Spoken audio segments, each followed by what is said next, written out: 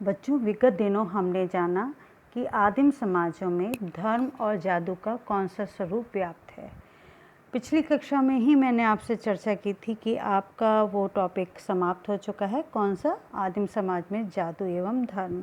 और अब हम आपका एक नया टॉपिक शुरू करेंगे। चूँकि आप तृतीय वर्ष के विद्यार्थी हैं और आपका द्वितीय प्रश्न पत्र सामाजिक मानव शास्त्र का है, तो हम ये जानेंगे कि वास्तव में सामाजिक मानव शास्त्र है क्या, इसका क्या अर्थ है, इसकी क्या परिभाषा है।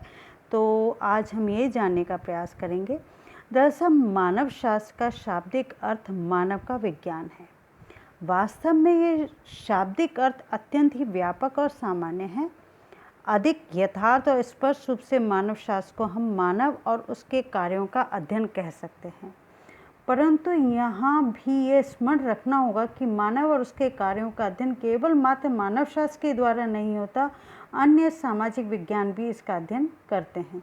परंतु मानव जाति के जन्म से लेकर वर्तमान काल तक मानव और उसके कार्यों का जितना विस्तारित अध्ययन मानव शास्त्र के अध्ययन के क्षेत्र में आता है, उतना और किसी अन्य विज्ञान के क्षेत्र में नहीं है। ठीक है, ये तो हमने जाना। अब उसके बाद हम ये जानेंगे कि विभिन्न समाजशास्त्रियों ने इसकी क्या परिभाषा दी। इससे पहले की कक्षाओं में भी मैंने आपसे ये कहा था कि अगर हमें अच्छे अंक प्राप्त करने हैं तो हमें समाजशास्त्रियों और मानवशास्त्रियों का नाम याद होना चाहिए। ठीक है, अब यहाँ पर हम बात करेंगे रैडक्लिफ ब्राउन की। रैडक्लिफ ब्राउन एक बहुत प्रसिद्ध मानवशास्त्री रहे हैं। उन्होंने सामाजिक मानवशास्त्र को लेकर क्या कहा, चलिए हम ये जानते हैं। रैडक्लिफ ब्राउन के अनुसार सामाजिक मानवशास्त्र समाजशास्त्र की वह शाखा है जिसके अंतर्गत आदिम समाजों का अध्ययन किया जाता है। वहीं इवांस प्रीचार्ड ने कहा, सामाजिक मानवशास्त्र को समाजशास्त्री अध्ययनों की वह शाखा जो प्रधानता अपने को आदिम समाजों के अध्ययन में लगाती है माना जाता है। बच्चों देखिए, हम जब समाजशास्त्र की बात करते हैं तो हम बात करते हैं कि समाजशास्त्र का जो मूल्य अर्थ है, जो मूल अर्थ निकल कर आता है समाजशास्त्र का, वो क्या निकल कर आता है? समाज का अध्ययन करना। और समाज क्या है? क्या एक वस्तु है? नहीं। समाजशास्त्र क्या है? सामाजिक संबंधों का जाल है। मनुष्य हैं, मनुष्य आपस में क्रिया प्रतिक्रिया अंतर क्रिया करते हैं, तत्पश्चात उनके मध्य सामाजिक संबंधों का निर्माण होता है और यही सामाजिक जो संबंध हैं उनका अध्ययन करना समाजशास्त्र का कार्य है। परंतु सामाजिक मानवशास्त्र समाजशास्त्री अध्ययन की वो शाखा, ये समाजशास्त्र के अध्ययन की एक शाखा मानी जाती है जो प्रधानता मुख्यतः अपने आप को आदिम समाजों के अध्ययन में लगाती है। वहीं मानवशास्त्री नेडल ने परिभाषा दी कि सामाजिक मानवशास्त्र का प्राथमिक उद्देश्य आदिम लोगों को समझना है। ठीक है, जो बात इवांस प्रीचार्ड ने कही है कि आदिम समाजों के अध्ययन में ही मानवशास्त्र लगता है, सामाजिक मानवशास्त्र अपने आप को संलग्न करता है, वहीं नेडल ने भी यही बात कही कि सामाजिक मानवशास्त्र का प्राथमिक उद्देश्य आदिम लोगों को समझना है। ठीक है, अब लूसी मेयर क्या कहते हैं ये भी हम जानें। लूसी मेयर कहते हैं, सामाजिक मानवशास्त्र का ध्यान सदा ऐसे समाजों पर केंद्रित रहा है जो आदिम कहे जाते हैं। तो लबोलुबाब क्या निकला? चाहे हम रैडक्लिफ ब्राउन को पढ़ा हमने, चाहे इवांस प्रीचार्ड को पढ़ा, चाहे हमने नेडल को पढ़ा, चाहे हमने लूसी मेयर को पढ़ा, सबने क्या कहा? आदिम समाज का अध्ययन करना, आदिम लोगों का अध्ययन करना। तो कहीं ना कहीं ये बात तो स्पष्ट होती जा रही है, आगे और पढ़ेंगे हम, परंतु इन चार परिभाषाओं को जानने के बाद हमारे मनोमस्तिष्क में ये बात तो स्पष्ट हो गई कि सामाजिक मानवशास्त्र का कहीं ना कहीं बहुत अधिक गहराई से संबंध किससे है? आदिम समाज से। अब हम जानते हैं प्रसिद्ध मानवशास्त्री भारतीय समाजशास्त्री कहना ज़्यादा उचित होगा, एम.एन. श्रीनिवासन ने क्या कहा? एम.एन. श्रीनिवासन ने सामाजिक मानवशास्त्र की परिभाषा निम्नलिखित शब्दों में दी। वे कहते हैं, सामाजिक मानवशास्त्र विभिन्न प्रकार के समाजों की सुव्यवस्थित तुलना के द्वारा मानव समाज की प्रकृति का अनुसंधान है। इनकी परिभाषा थोड़ी सी अलग है Radcliffe brown, Evans Pritchard, needle और लूसी मेयर से। चलिए कोई बात नहीं, हम आगे बढ़ते हैं और एक प्रसिद्ध, स्वाभाविक तौर पे जिन लोगों ने इतना अध्ययन किया, इतना शोध किया और एक परिभाषा दी है, अवधारणा दी है सामाजिक मानवशास्त्र की, तो वो प्रसिद्ध होंगे ही। तो इन्हीं में से एक थे चार्ल्स विनिक। तो चार्ल्स विनिक ने क्या कहा कि सामाजिक मानवशास्त्र सामाजिक व्यवहार का अध्ययन है। ठीक है, वो क्या कहते हैं कि सामाजिक व्यवहार, सामाजिक संगठन और संस्थाओं का तुलनात्मक अध्ययन निम्नलिखित शब्दों में बताया जा सकता है कि सामाजिक मानवशास्त्र सामाजिक व्यवहार का अध्ययन है जो विशेष रूप से सामाजिक संगठन और संस्थाओं का तुलनात्मक दृष्टि से अध्ययन करता है। ठीक है, ये बात हमने जानी। तो हमने पढ़ी चार्ल्स विनिक की परिभाषा, एम.एन. श्रीनिवासन की परिभाषा, हमने रैडक्लिफ ब्राउन की परिभाषा भी पढ़ी, लूसी मेयर की परिभाषा भी पढ़ी। तो इन सारी परिभाषाओं को सुनने समझने के बाद, जैसा कि मैंने पूर्व में कहा कि मैं फिर दोहरा देती हूँ कि जैसे कि रैडक्लिफ ब्राउन ने क्या कहा था, सामाजिक मानवशास्त्र समाजशास्त्र की शाखा है। वहीं इवांस प्रिचार्ड ने क्या कहा था कि सामाजिक मानवशास्त्र को समाजशास्त्री अध्ययनों की वह शाखा जो प्रधानतः अपने को आदिम समाजों के अध्ययन में लगाती है माना जाता है। नेडल ने भी कुछ ऐसे ही कहा। तो इन सारी परिभाषाओं का सार निकल कर क्या आता है? फिर मैं वही बात कहूँगी, मैं बहुत आप लोगों की कमी को महसूस करती हूँ कि आप लोग सामने होते तो विश्वास करती हूँ, 100% विश्वास है मुझे कि आप मुझे जवाब देते, पर अभी परिस्थितियाँ ऐसी हैं। तो चलिए, ये एक तरफा ही बातचीत हो रही है, तो मैं ही बताती हूँ कि सार रूप में हम कह सकते हैं कि सामाजिक मानवशास्त्र एक ऐसा विज्ञान है जो प्रधानतः आदिम समाजों का अधिक अध्ययन करता है। सिर्फ आदिम समाजों का अध्ययन करता है ये हम दावे से नहीं कह सकते, परंतु मुख्य तौर पर आदिम समाजों का अधिक अध्ययन करता है तथा अन्य समाजों का भी यदा कदा अध्ययन करता है। सभी परिभाषाओं का जो सार निकल कर आया है कि मुख्य तौर पर तो आदिम समाज का अध्ययन करता है, पर कभी कभार दूसरे समाजों का भी अध्ययन करता है। यह इन समाजों के लोगों के संस्थागत सामाजिक व्यवहार, अंतर्वैयक्तिक सामाजिक संबंधों, सामाजिक व्यवस्था, सामाजिक संगठन तथा संस्कृति का तुलनात्मक अध्ययन करके सामान्यीकरण प्रस्तुत करता है। सामाजिक मानवशास्त्र आदिम समाजों के उपरोक्त पक्षों का अवलोकन, अध्ययन, विश्लेषण तथा वर्णन तथा व्याख्या करता है। ठीक है, क्या पुनः दोहराने की आवश्यकता है? चलिए, दोहरा दिया जाता है कि सामाजिक मानवशास्त्र सार रूप में जो हमारे सामने विभिन्न विद्वानों की परिभाषा हमने पढ़ी, जानी, समझी और उस पर मनन किया, तो हमें जितना समझ में आया, हमें मतलब आपको और मुझे, क्योंकि मैं भी तो समाजशास्त्र की विद्यार्थी हूँ, तो हमें जितना समझ में आया वो ये समझ में आया कि सामाजिक मानवशास्त्र मूलतः आदिम समाजों का अध्ययन करता है, पर यदा कदा दूसरे समाजों का भी वो अध्ययन कर लेता है, अन्य समाजों का भी अध्ययन कर लेता है। अब हम जानेंगे कि सामाजिक मानवशास्त्र का क्षेत्र क्या है। दरअसल सामाजिक मानवशास्त्र एक विज्ञान है। जब हम समाजशास्त्र विज्ञान है तो स्वाभाविक तौर पर सामाजिक मानवशास्त्र भी एक विज्ञान ही होगा। तो सामाजिक मानवशास्त्र एक नवीन विज्ञान है, ये तो बात आप भी मानेंगे, स्वीकार करेंगे। इसके विषय क्षेत्र को तय करने में विद्वानों ने काफ़ी प्रयास किए हैं। विषय के क्षेत्र से तात्पर्य क्या है? विज्ञान के अध्ययन का दायरा कहाँ तक फैला है, मतलब हम सामाजिक मानवशास्त्र का अध्ययन किस सीमा तक कर सकते हैं। आपको ध्यान होगा, भली भांति ध्यान होगा कि प्रथम वर्ष की कक्षा में आपने पढ़ा था कि समाजशास्त्र का विषय क्षेत्र क्या है। आज हम पढ़ रहे हैं सामाजिक मानवशास्त्र का विषय क्षेत्र क्या है। तो विषय क्षेत्र का तात्पर्य क्या है, ये आप जानते ही हैं कि विज्ञान के अध्ययन का दायरा कहाँ तक फैला हुआ है, उसकी संभावित सीमाएं क्या क्या हैं। सामाजिक मानवशास्त्र के विषय क्षेत्र के संबंध में वैज्ञानिकों में सभी प्रकार के समाजों मुख्यतः छोटे और आदिम समाजों, सभी भौगोलिक क्षेत्रों तथा सभी कालों के समाजों को सम्मिलित किया है। अब हम प्रथम बिंदु पर आते हैं और वो बिंदु क्या है कि सामाजिक मानवशास्त्र सभी प्रकार के समाजों का अध्ययन करता है, मुख्यतः आदिम समाज का। ये बात अभी हमने जानी थी ना थोड़ी देर पहले कि मुख्यतः वो आदिम समाज का अध्ययन करता है। सामाजिक मानवशास्त्र के अध्ययन क्षेत्र के संबंध में सामाजिक मानवशास्त्रियों में मतभेद है। ऐसा मेरी निगाहों में, मेरी दृष्टि में तो ऐसा कोई सामाजिक विज्ञान का क्षेत्र नहीं है जहाँ वैज्ञानिकों में मतभेद नहीं होता।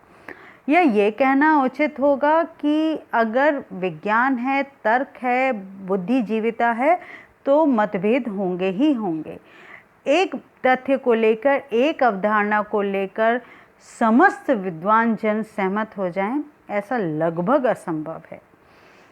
तो स्वभावतः जब ये एक अवधारणा सी है, एक सर्वमान्य अवधारणा सी कि किसी एक बिंदु पे सभी लोग सहमत नहीं होते, तो सामाजिक मानवशास्त्र में भी स्वभावतः ऐसा ही होगा।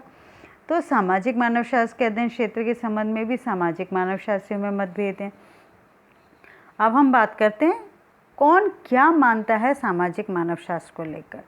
तो रैडक्लिफ ब्राउन, नेडेल, पीडिगंटन, हॉबल आदि का कहना है कि सामाजिक मानवशास्त्र का विषय क्षेत्र केवल आदिम समाजों तक ही सीमित है, लेकिन विद्वानों के दूसरे समूह का मानना है कि सामाजिक मानवशास्त्र सभी प्रकार के समाजों का अध्ययन करता है।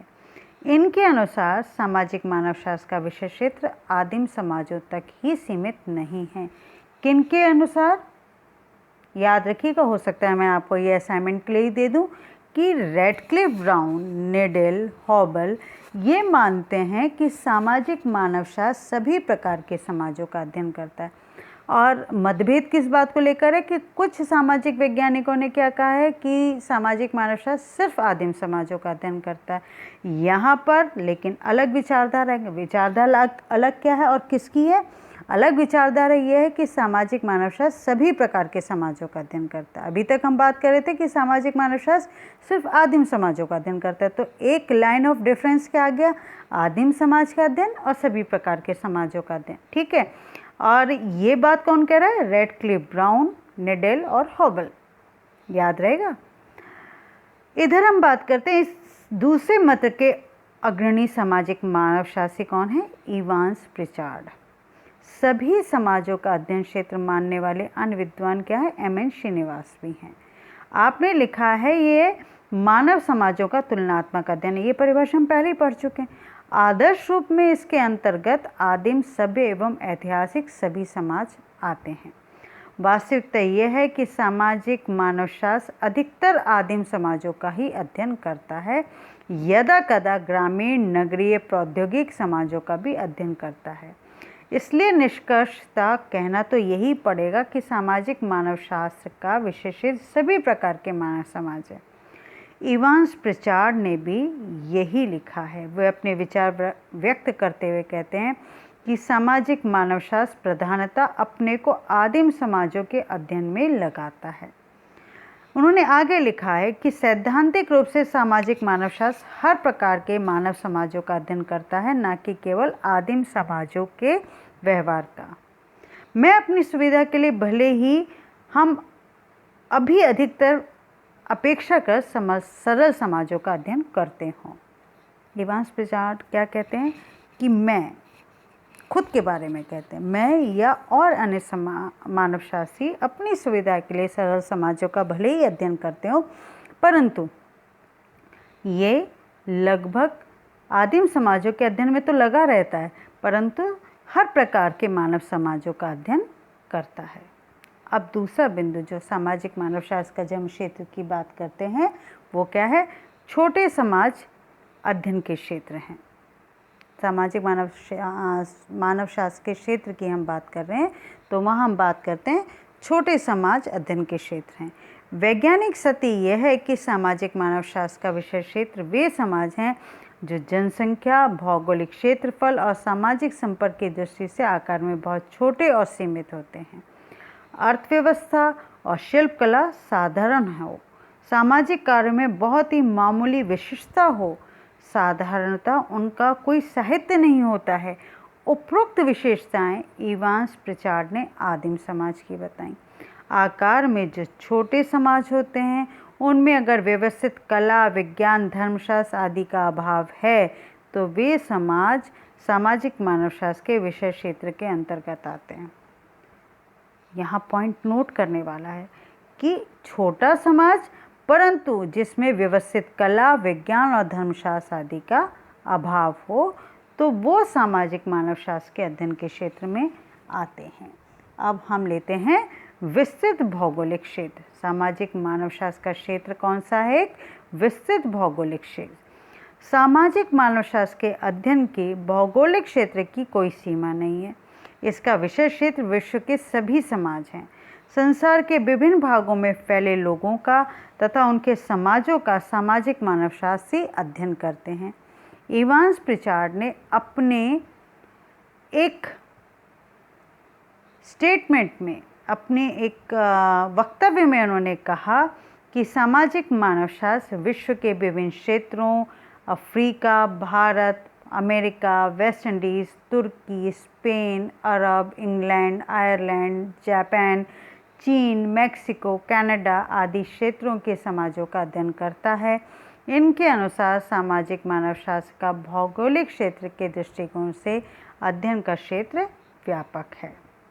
ठीक है, अब हम बात करते हैं चौथी बात जो टिकी हुई है सामाजिक मानवशास्त्र के अध्ययन क्षेत्र की, वो टिकी हुई है, वो निर्भर है तुलनात्मक अध्ययन पर। सामाजिक मानवशास्त्र का अध्ययन क्षेत्र काफ़ी व्यापक एवं विस्तृत इस कारण से भी है क्योंकि ये समाजों का तुलनात्मक अध्ययन करता है। श्रीनिवास ने लिखा है, सामाजिक मानवशास्त्र समाजों का तुलनात्मक अध्ययन करता है। रेडक्लिफ ब्राउन क्या कहते हैं? सामाजिक मानवशास्त्र विभिन्न प्रकार के समाजों की व्यवस्थित तुलना के द्वारा समाज की प्रकृति का अनुसंधान करता है। ठीक है, मैं फिर दोहराती हूँ। रेडक्लिफ ब्राउन क्या कहते हैं? सामाजिक मानवशास्त्र विभिन्न प्रकार के समाजों की व्यवस्थित तुलना के द्वारा, विभिन्न प्रकार के समाजों की व्यवस्थित तुलना के द्वारा समाज की प्रकृति का अनुसंधान करते हैं। आपका कहना है तुलना करना तभी संभव होगा जब विभिन्न प्रकार के समाजों का अध्ययन किया जाए। ठीक है, इससे सामाजिक मानवशास्त्र का विषय क्षेत्र विभिन्न प्रकार के समाजों से संबंधित हो जाता है। चार्ल्स विनिक तथा इवांस प्रिचार्ड ने भी यही कहा है। चार्ल्स विनिक ने लिखा है, सामाजिक मानवशास्त्र सामाजिक व्यवहार का अध्ययन है जो विशेष रूप से सामाजिक संगठन और संस्थाओं का तुलनात्मक दृष्टि से अध्ययन करता है। क्या कहा है चार्ल्स विनिक ने? कि सामाजिक मानवशास्त्र सामाजिक व्यवहार का अध्ययन है जो विशेष रूप से सामाजिक संगठन और संस्थाओं का तुलनात्मक दृष्टि से अध्ययन करता है। ठीक है, यहाँ तक स्पष्ट हो गया आपको। अब हम बात करते हैं ऐतिहासिक समाजों के अध्ययन की। किसकी बात करते हैं? ऐतिहासिक समाजों के अध्ययन की। तो इवांस प्रिचार्ड ने अपने पुस्तक सामाजिक विज्ञान में लिखा कि अभी हाल ही के कुछ वर्षों में सामाजिक मानवशास्त्रियों द्वारा अथवा सामाजिक मानवशास्त्र की दृष्टि से ऐतिहासिक समाजों का अध्ययन किया गया है। किसका किया गया है? ऐतिहासिक समाजों का अध्ययन किया गया है। इन्होंने ऐतिहासिक अध्ययनों के उदाहरण भी दिए हैं। उन्होंने उदाहरण के तौर पे कैसी और किन सामाजिक वैज्ञानिकों की बात की और उनके द्वारा किन अध्ययन क्षेत्रों या कौन से क्षेत्र थे उनकी बात की, ये हम जाने। उन्होंने लिखा, सर जेम्स फ्रेजर ने प्राचीन यहूदी लोगों का अध्ययन किया। ऐतिहासिक अध्ययन का उदाहरण दे रहे हैं वो कौन? Evans Pritchard. और अपने उदाहरण में उन्होंने उल्लेखित किया कई प्रसिद्ध सामाजिक वैज्ञानिकों को, जिसमें से पहला उन्होंने उल्लेखित किया सर जेम्स फ्रेजर को। उन्होंने क्या कहा? सर जेम्स फ्रेजर प्राचीन यहूदी लोगों का उन्होंने अध्ययन किया तथा रोम की संस्कृति के कुछ पहलुओं के संबंध में भी उन्होंने जाना। फिर उन्होंने लिखा, विलियम रिजले और जैन हैरिसन ने यूनान संबंधी विषयों पर अध्ययन किया। रॉबर्टसन स्मिथ ने अरब लोगों के प्रारंभिक समाज के संबंध में अध्ययन किया और हर्बर्ट ने केल्ट लोगों के इतिहास के संबंध में अध्ययन किया। तो बच्चों, आपने जाना कि सामाजिक मानवशास्त्र का क्षेत्र क्या क्या है। हम अपनी सुविधा के लिए एक बार दोहराते हैं, आप जिसे याद रख सके कि सामाजिक मानवशास्त्र का क्षेत्र की जब हम बात करते हैं तो पहला था सामाजिक मानवशास्त्र सभी प्रकार के समाजों का अध्ययन करता है। दूसरा था छोटे समाज का अध्ययन करता है, परंतु छोटे समाज में उन्होंने स्पष्टता इंगित किया कि छोटे समाज वो होते हैं जिनमें अगर व्यवस्थित कला, विज्ञान, धर्मशास्त्र आदि का अभाव हो। फिर उसके बाद तीसरा आता है विस्तृत भौगोलिक क्षेत्र, चौथा आता है तुलनात्मक अध्ययन और पांचवा आता है ऐतिहासिक समाजों का अध्ययन।